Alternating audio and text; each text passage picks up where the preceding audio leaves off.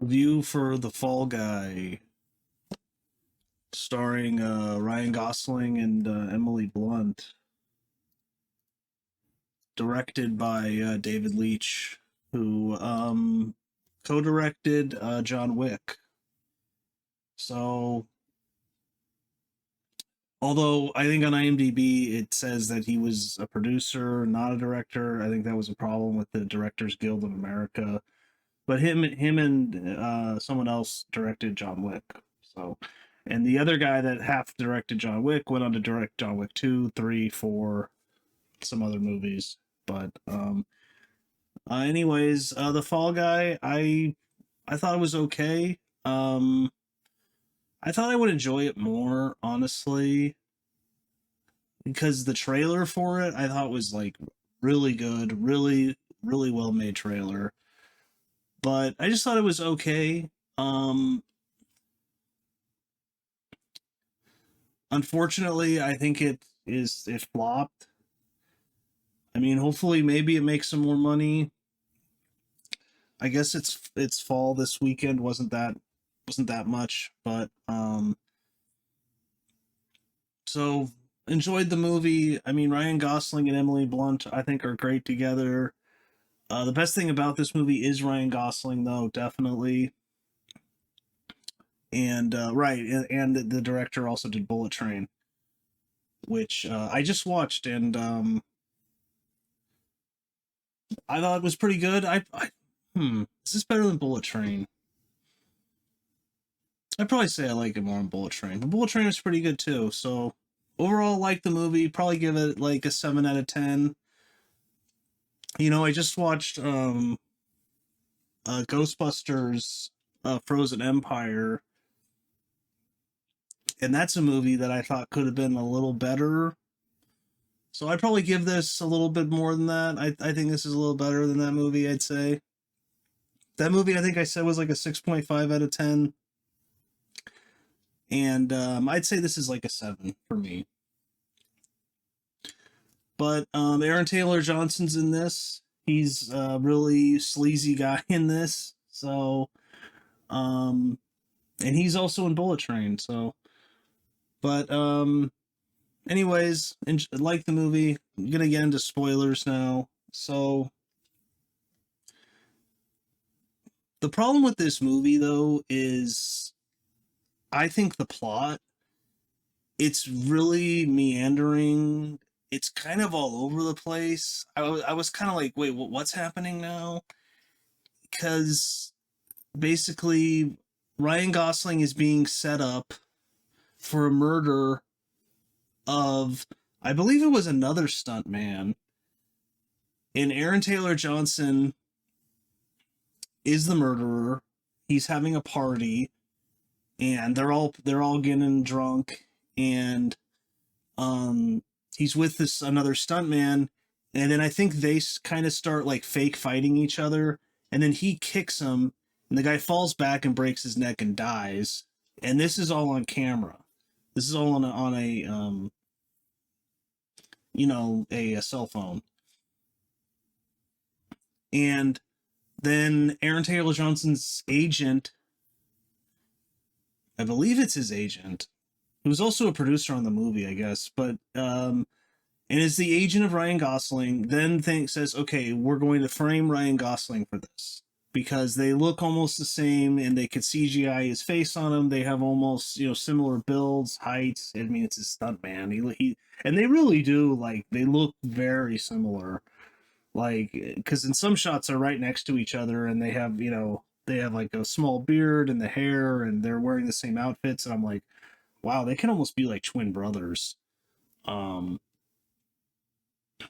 but yeah, so they're framing him, and then he kind of goes on this mission to try and find Aaron Taylor Johnson that his agent sends him on, and then he stumbles upon the body of someone,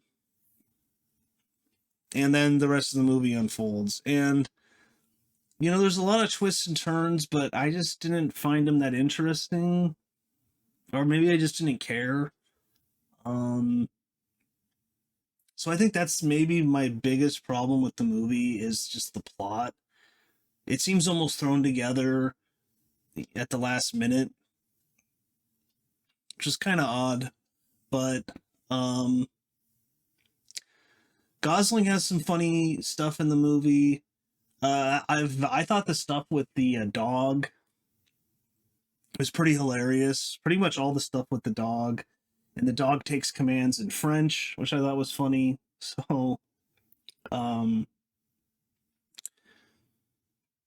in the end, I think him and Emily Blunt were really good together. But there was a lot of like flirting because they hooked up a year before, then he got injured, and then he never talked to her again. And then he shows up on this movie, and she's like really angry at him. But like, there's so much flirting, and it's just like, just get on with it. Like you're going to be together, and at the end of the movie, they are together. So I was just kind of like, it's like fake tension almost. But she is very good in it. I like Emily Blunt. You know, she was in Live Die Repeat, which I think is a really good movie with Tom Cruise. Tom Cruise is actually mentioned in this movie, which is kind of funny. But I know I was watching a review, and some people were criticizing that the movie could have had stunt people in it more, kind of like what Tarantino does. I mean, that would have been interesting, but I'm not sure it would have helped with the box office though, because most people don't know about that stuff, and that's a problem with the movie for most people. I think is most people just don't care about how the sausage is made in Hollywood. They just don't care, and there's a lot of kind of inside baseball jokes in this movie. And not that, I'm in the movie industry, but I mean, I'm a big fan of movies, and I know some of the references that they're talking about, and I think a lot of people just don't care, and I think that was shown in the box office. And also, I think a problem with the movie is it's trying to be like a romance movie and also like an action comedy, but it doesn't exactly know which one it wants to be. So,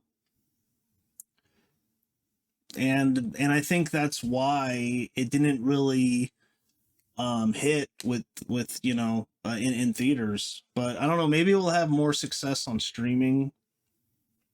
So,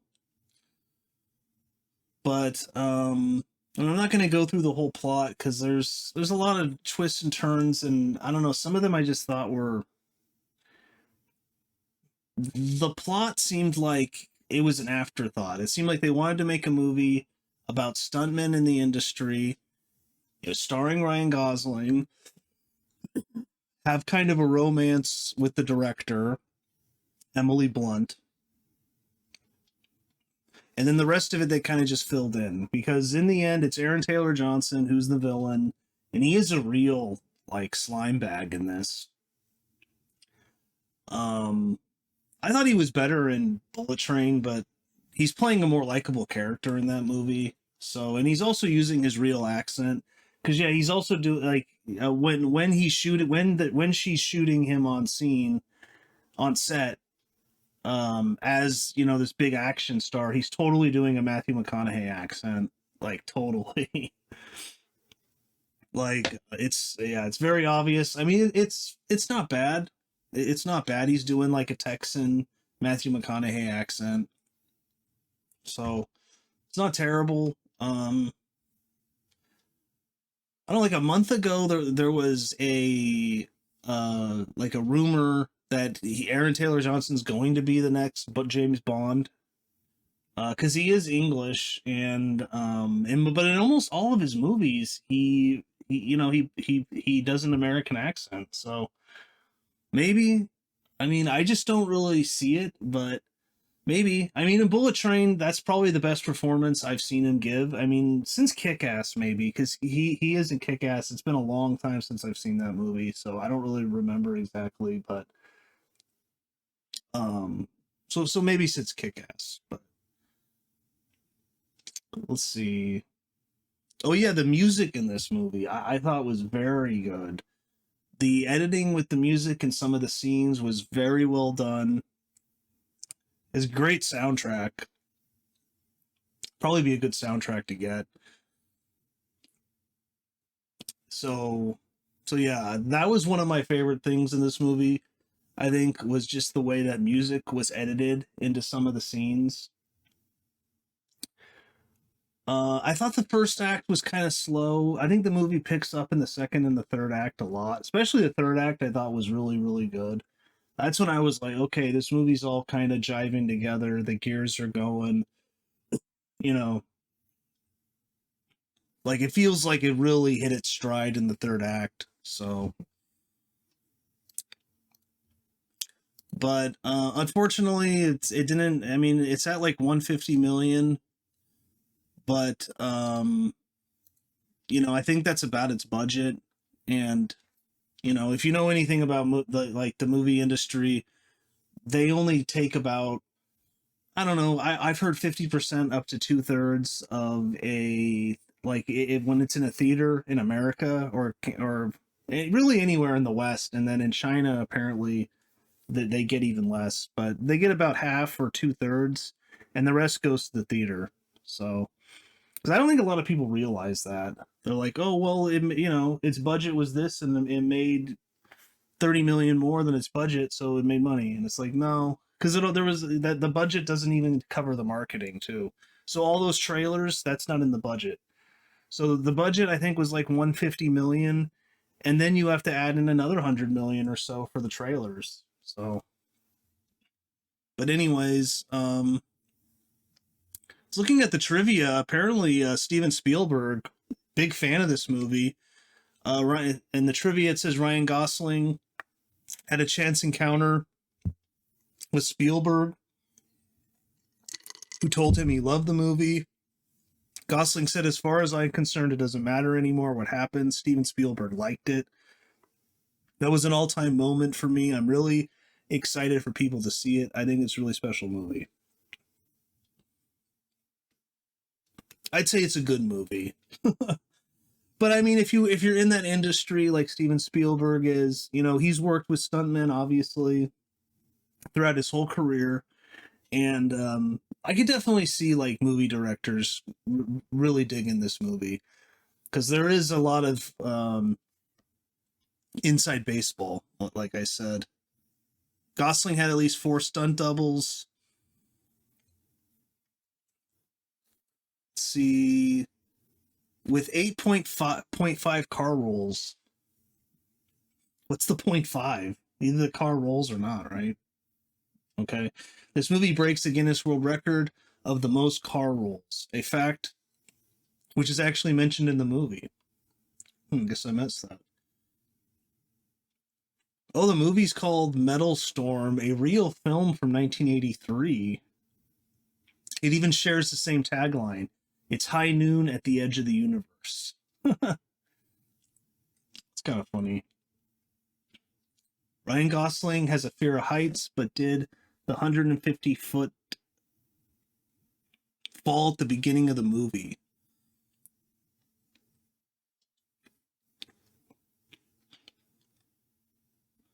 Wow, this movie's been in development since 2010. Tom Cruise, Keanu Reeves, Nicolas Cage, Jason Statham, and Dwayne Johnson were all eyed to play the main role. But that's interesting. There was a real movie called Metal Storm, 1983. Never seen it or heard of it, but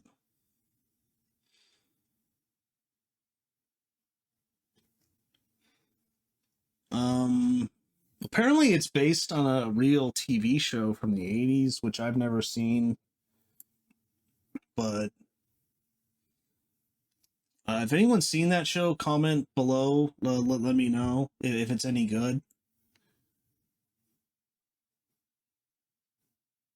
Ryan Gosling had previously played a stuntman who uses his training in connection to criminality in Drive 2011. Oh, that's true. Wow, I didn't even think of that.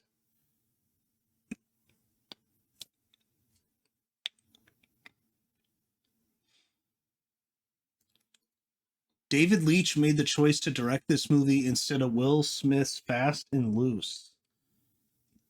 The week before Smith slapped Chris Rock at the Oscars 2022. That's probably a good choice because was this movie even shot? Fast and Loose? Never even heard of that. Probably a good choice. Which is interesting because that movie comes out in a few weeks, or past Bad Boys 4 comes out in a few weeks. I'm interested to see how that does. But I guess for this whole summer, the box office just hasn't been that great. Furiosa just came out; it didn't do that well, so I guess we'll see.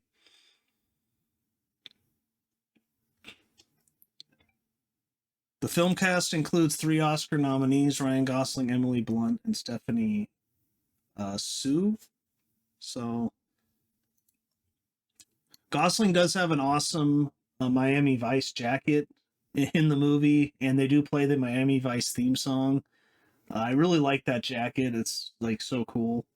But yeah, in the end, I like the movie.